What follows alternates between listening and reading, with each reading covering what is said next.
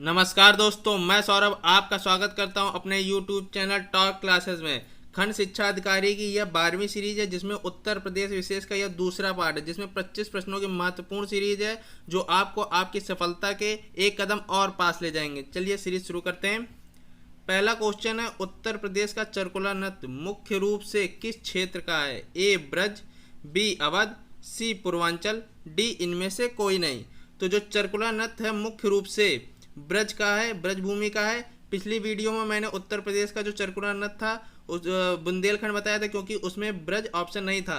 लेकिन ये 99% ये जो है चरकुला नृत्य वो ब्रज भूमि का है। इसमें चरकुला नृत्य में होता क्या है, वहाँ की औरतें जो हैं घूंघट ओढ़ के एक व्हील आकार का चक्र होता है जो सर पे रखती हैं, और उसमें पिरामिड आकार के जिसमें 108 दीपक होते हैं उसको सर पे रख के यह नृत्य करती हैं। और यह जो नृत्य होता है वो होली के दूसरे दिन शुरू होता है। चलिए प्रश्नों की सीरीज शुरू करते हैं। पहला क्वेश्चन है, इंपॉर्टेंट क्वेश्चन है, उत्तर प्रदेश के सर्वाधिक जिले किस राज्य के साथ लगते हैं? ए बिहार, बी दिल्ली, सी उत्तराखंड, डी मध्य प्रदेश। तो इसका आंसर है डी मध्य प्रदेश के साथ उत्तर प्रदेश के सर्वाधिक जिले 11 जिले लगते हैं। चलिए देखते हैं कौन कौन से। पहले कम से शुरू करते हैं, पहले दिल्ली शुरू करते हैं।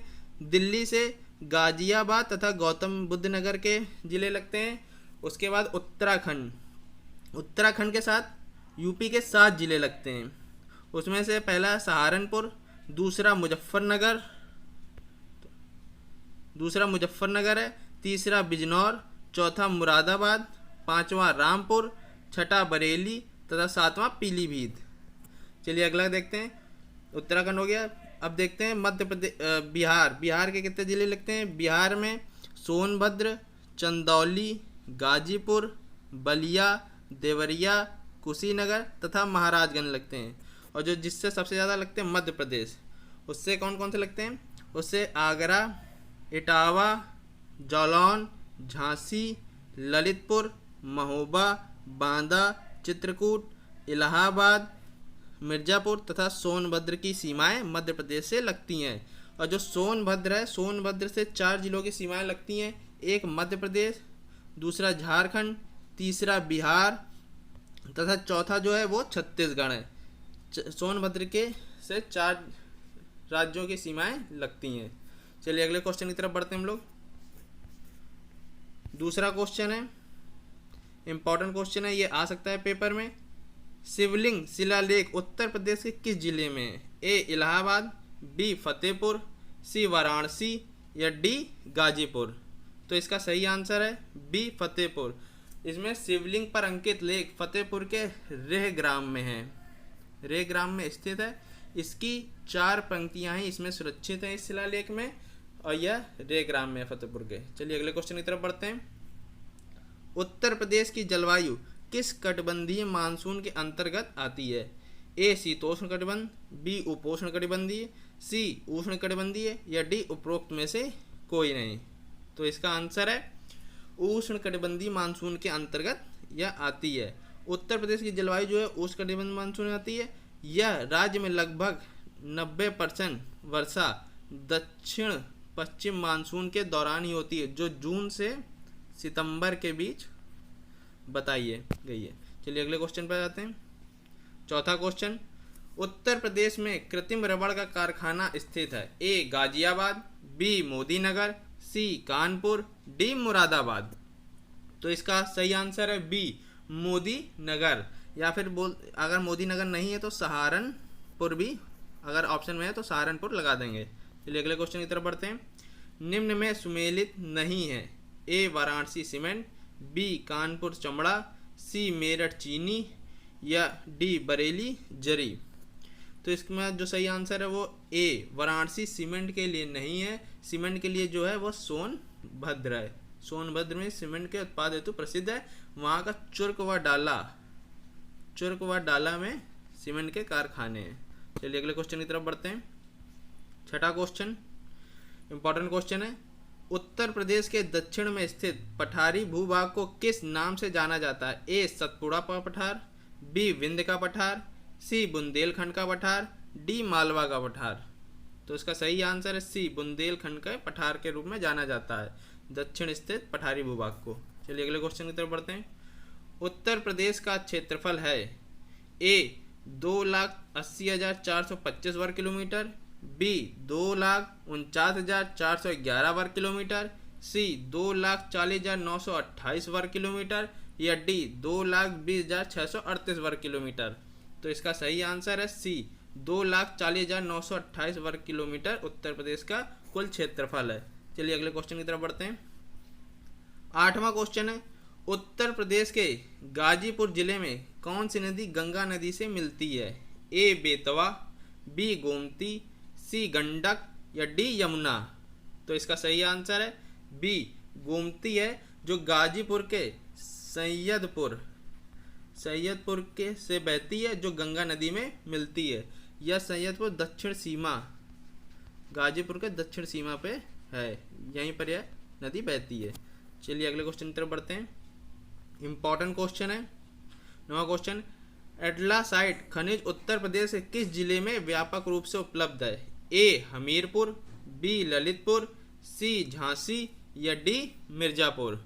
तो इसका सही आंसर है डी मिर्जापुर में यह है। एल्ट्रासाइट खनिज उत्पादन जो है व्यापक रूप से मिर्जापुर में है।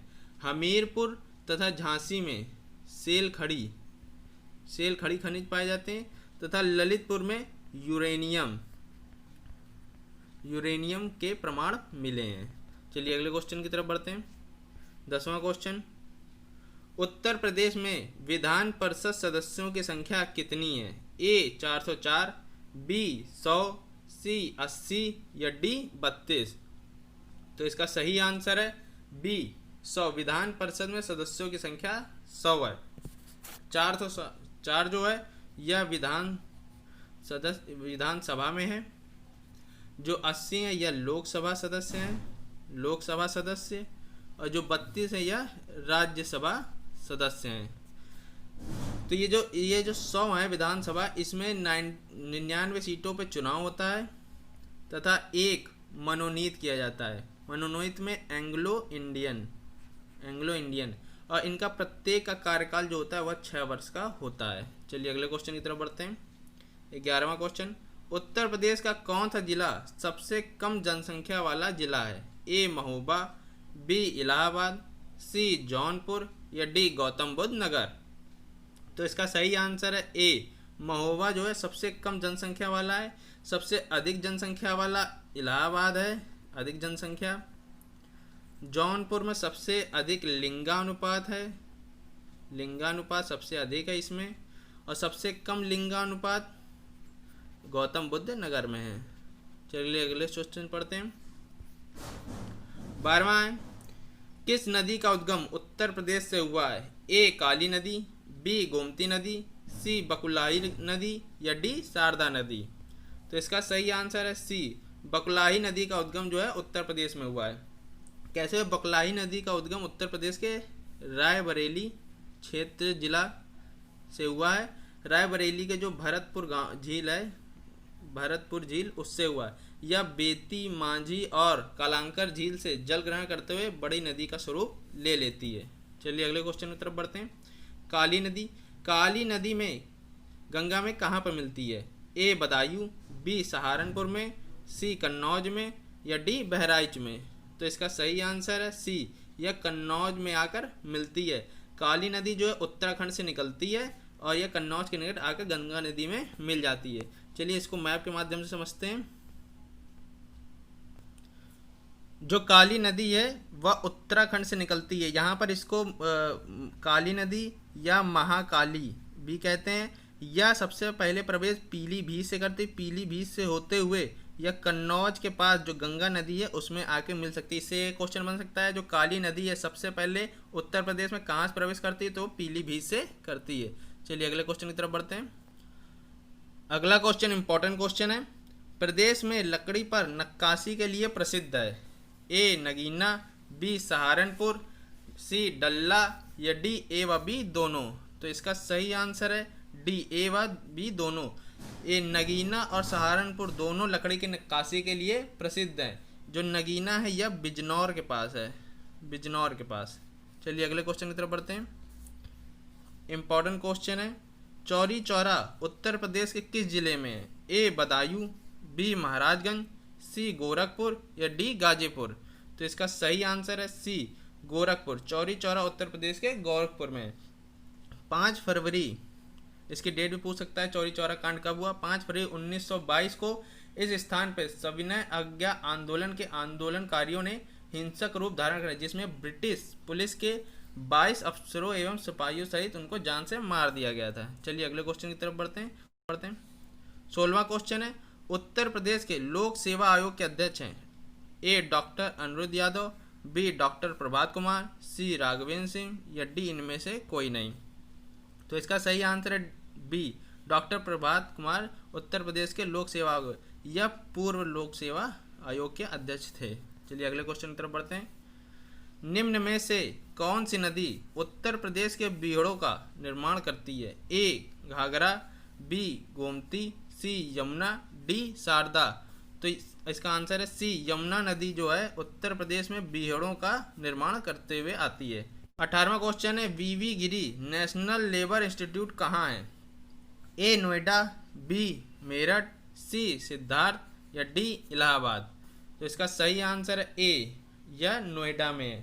इसकी स्थापना 1974 में हुई थी। इसका मकसद लेबर संबंधित सारे परीक्षणों से है। इसके जो महानिदेशक हैं वह डॉक्टर एच श्रीनिवास हैं। चलिए अगले क्वेश्चन की तरफ बढ़ते हैं। 19वां क्वेश्चन इंपॉर्टेंट क्वेश्चन है, महावीर स्वामी अभ्यारण्य प्रदेश के किस जिले में स्थित है? ए बहराइच, बी रामपुर, सी झांसी या डी महोबा। तो इसका सही आंसर है सी झांसी में महावीर स्वामी अभ्यारण्य प्रदेश है। चलिए अगले क्वेश्चन की तरफ बढ़ते हैं। 20वां क्वेश्चन, वर्षा ऋतु में उत्तर प्रदेश में कितने प्रतिशत वर्षा होती है? ए 65 से 70%, बी 70 से 75%, सी 75 से 80%, डी 80 से 85%। इसका सही आंसर है सी 75 से 80%। चलिए अगले क्वेश्चन की तरफ बढ़ते हैं। 21वां क्वेश्चन है, उत्तर प्रदेश में उर्दू को द्वितीय राजभाषा कब घोषित किया गया? ए 1979, बी 1989, सी 1993, डी 1975। तो इसका सही आंसर है बी 1989 में उर्दू को द्वितीय राजभाषा घोषित किया गया। 7 अप्रैल 1982 में एक अध्यादेश जारी हुआ जिसके अंतर्गत उत्तर प्रदेश शासकीय भाषा अधिनियम 1989 में संशोधन करके उर्दू को दूसरी राजभाषा बनाई गई। चलिए अगले क्वेश्चन की तरफ बढ़ते हैं। 22वां क्वेश्चन इंपॉर्टेंट क्वेश्चन है, उत्तर प्रदेश के पहले लोकायुक्त थे? ए विशंबर दयाल, बी मोहम्मद हुसैन, सी चंद्रपाल या डी इनमें से कोई नहीं। तो इसका सही आंसर है ए विशंबर दयाल पहले लोकायुक्त थे, मोहम्मद हुसैन यह दूसरे लोकायुक्त हैं और जो चंद्रपाल हैं यह पहले विधान परिषद सभापति थे। विधान परिषद सभापति थे 1949 से 1950 के मध्य। चलिए अगले क्वेश्चन की तरफ बढ़ते हैं।